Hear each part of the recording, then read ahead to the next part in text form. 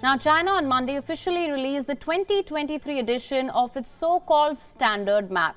The map incorporates claims over Arunachal Pradesh, Aksai Chin region, Taiwan and the disputed South China Sea.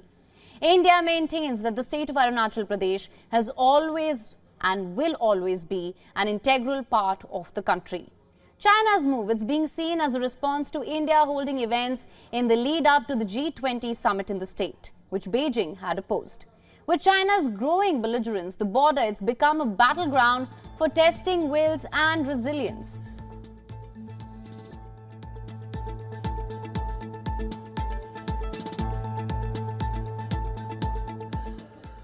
Analysts say China's completely unfounded claims initially extended only to Taiwan, a part of Arunachal Pradesh where the 6th Dalai Lama was said to have been born. Since the 2000s, however, China has been claiming Arunachal Pradesh in its entirety. Pertinent to remember, independent India has been exercising sovereignty over it. Arunachal Pradesh, it became a union territory in 1972, a state in 1987. It is located at the confluence of the international borders of China, Myanmar and Bhutan, giving it strategic importance. And this extension of territorial claims indicates a concerted strategy consistent with China's stance on the East and South China Sea disputes. The Chinese map also includes the Aksai Chin region. Chinese aggression had sparked clashes along the mostly rugged mountainous border known as the line of actual control.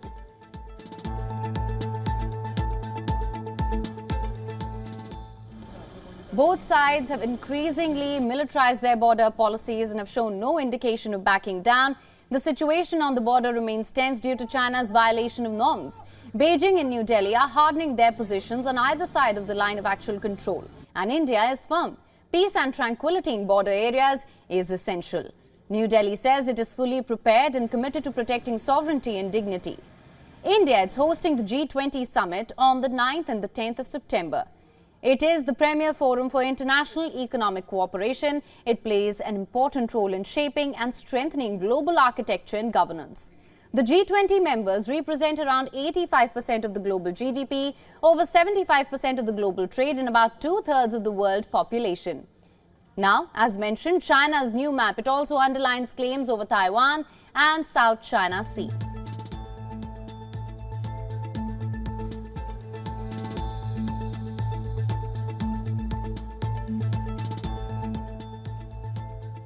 Now, Taiwan has lived for decades under constant threat of an invasion by China. Beijing claims Taiwan is part of its territory to be seized one day, even by force if required. However, many Taiwanese people considered the self-ruled island to be distinct, whether or not independence is ever officially declared. Beijing plans to control strategic choke points and deny access to foreign forces.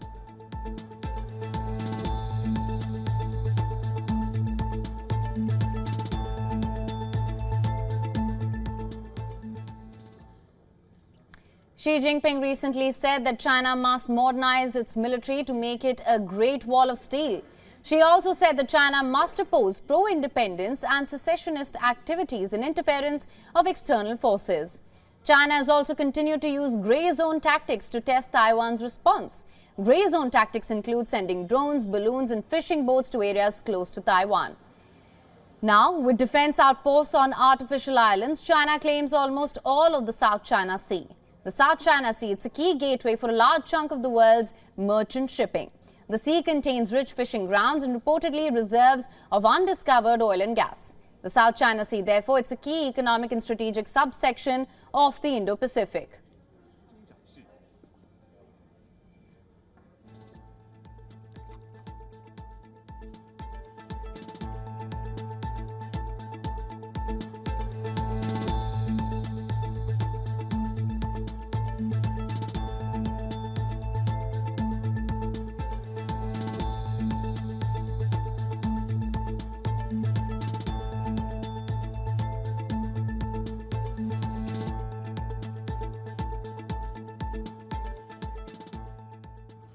For more on this, we're now being joined by Dr. Shrikant Kondapalli, Professor in Chinese Studies. Thank you so much, sir, for joining us on the show. Thank you. Now, sir, my first question to you. China has released the 2023 edition of its standard map. Now, it shows the entire Indian state of Arunachal Pradesh as well as the Aksai Chin as part of China. Now, it seems too grave to be a mere cartographic error. What do you make of these moves by China? Would it be premature to call it an act of aggression?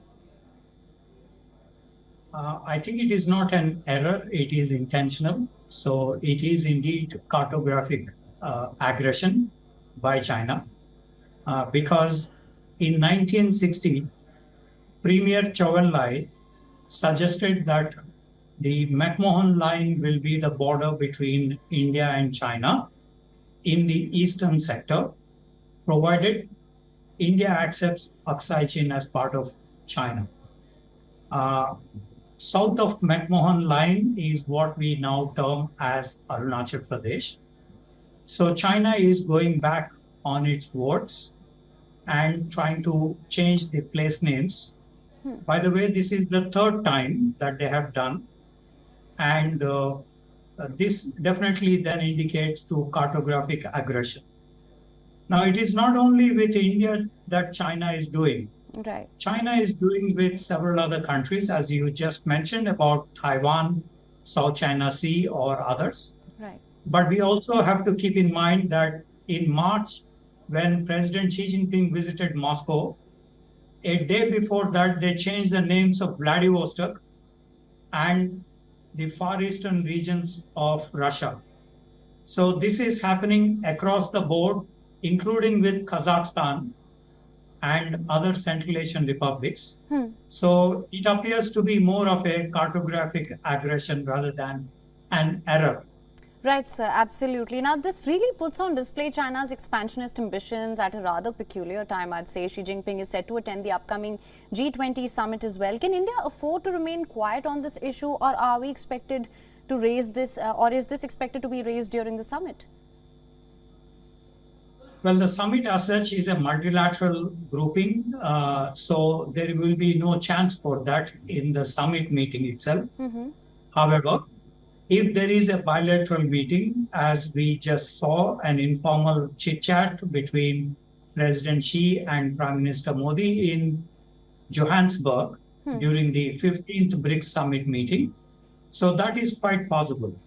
However, we have not seen China relenting on this. So India also have to do a proactive measure in regard to the change in place names by China.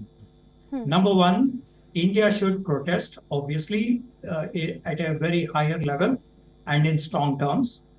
But India also need to take this into its own hands, possibly person the One China policy that it had signed in the 50s with China, by suggesting that China is crossing the red lines. And hence, India needs to tell the Chinese that it will have implications for the One China policy. Right, sir. Now, on that note, now President Xi Jinping is reportedly coming to the summit without an ambassador accompanying him. What could be the thought process behind this? Well, as you know, Ambassador Sun Weidong had been recalled a year ago for various reasons.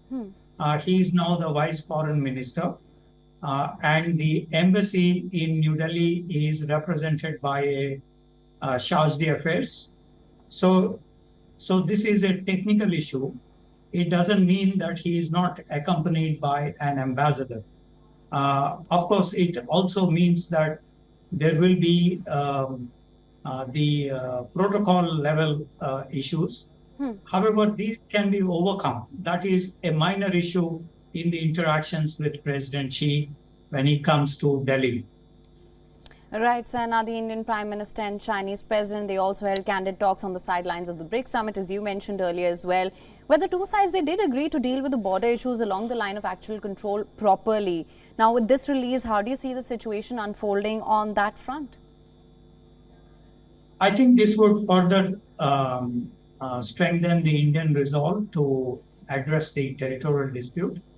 After the Galwan incident 3 years ago, India had commissioned several infrastructure projects across the border. I think this is one response that India has. Secondly, I think at the bilateral level, if there is a bilateral informal meeting between the two leaders, I think the Indian side would most possibly raise this issue and tell the Chinese about the crossing of the red line in this renaming of the places in Arunachal Pradesh. Thirdly, we need to also be more proactive in taking some actions, such as on Tibet or on Taiwan or on South China Sea. So in the meeting, that would not last more than a few minutes during the G20 summit meeting bilateral. At that point of time, India needs to decide to communicate to China in more stiffer terms. WION is now available in your country. Download the app now. Get all the news on the move.